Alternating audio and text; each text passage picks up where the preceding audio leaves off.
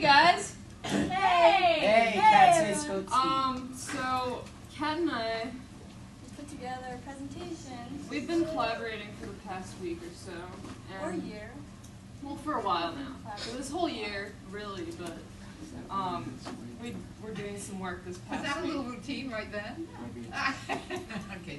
So we came up with this name for our duo, which is Katsay Sotski, which is a combination of our first and last names.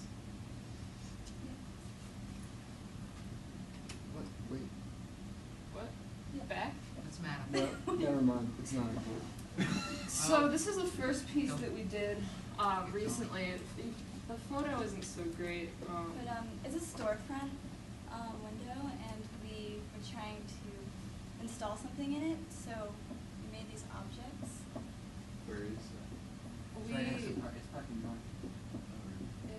We collaborated on these two objects as sort of spontaneous collections of objects around different spaces.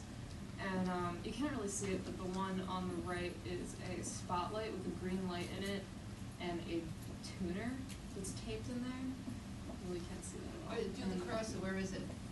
Just so I know where it is. This light is, it's, you know, like a spotlight you use in the studio or whatever.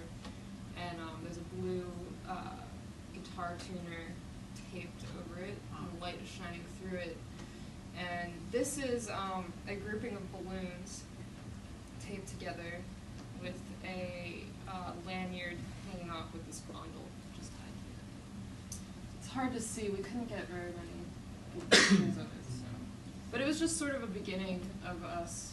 We just thought we should start off with like just doing an action and putting things together to begin something else. So then we were looking at this photo, and in this photo I was thinking a lot about, you know, just how unconscious we are most of the time of like the treats that are right there in front of us, In our mouths. or even in our mouths sometimes. And it's like this situation was set up so that like this guy, he doesn't know that these grapes are in his mouth, but when he wakes up, he's probably gonna like choke on them Or really enjoy that. I took this photo. Yeah. Did you put those in there when he was asleep? Well, I don't know if it's important. But, He certainly seems unaware of them. Yeah. right. It's just about how there are things in front of us or in our mouths that we're not consciously aware of all the time, but they're there. Or just treats at our fingertips. I mean, you're talking But about in this picture situation- now? Oh no, we're just. Oh, okay, well, that was But pretty so that funny. led us to sort of I already got the other. trying to find things that were right there in front of us. Right. Yeah. So with that whole process of, you know, gathering spontaneous objects and sort of trying to find their power, I was holding this antenna on the left, and Kat was looking for a material to use, and she found this wire, and at the same time I just realized what was going on. So yeah, So- I tried to replicate her object with my wire and hang it on the wall. Yeah. So it became kind of like about the imperfections that happen, you know, in replication. But really, at the same time, you had the one thing and you had the wire. Yeah, we were gonna do another, you know, spontaneous putting together of objects, and she had that thing, and then I had this thing, and we just put two and two together. It was There just you one of go. those things, just like that guy with the grapes. It's like we were unconscious of it before when we woke up and choked on the grapes.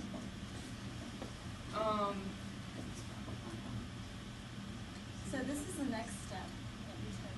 This was like another bunch of random objects we put together, and it was sort of like this kinetic sculpture because we hung it on a string and tacked it to the ceiling, and it would spin around on itself. And we were also, well, after looking at this, we were also interested in transforming the sculpture, like three-dimensional, into a two-dimensional piece, like viewing sculpture as two-dimensional, like a painting or something.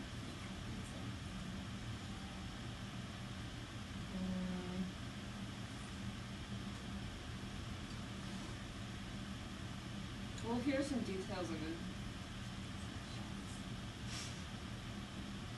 Well, do you want to explain what's going on there? Okay, well, there's duct tape and a wrench on the wall.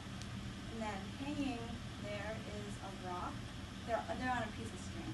It's a rock. And on the rock, you can see on the photograph, there's a button. And then there's the lamp thing. And then another piece of duct tape. And then blue tag, there's the rock button. And then, okay. So,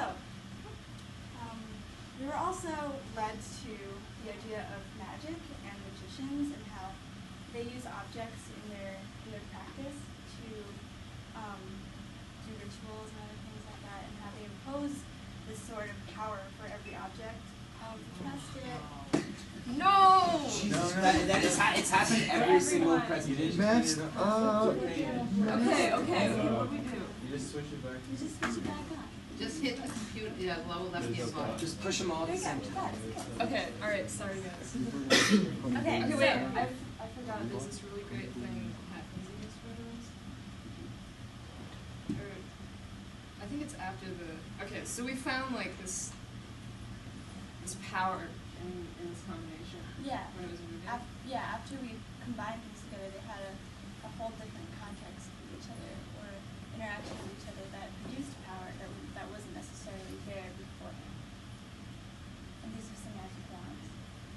Another example of objects having power or being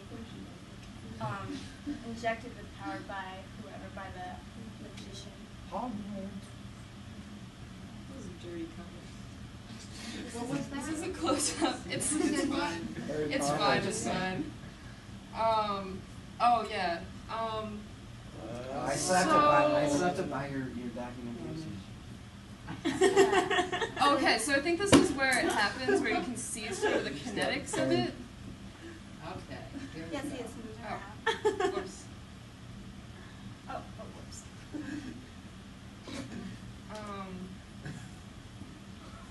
So you get sort of a sense of, the weight of the rock sort of perpetuating this motion of these other objects.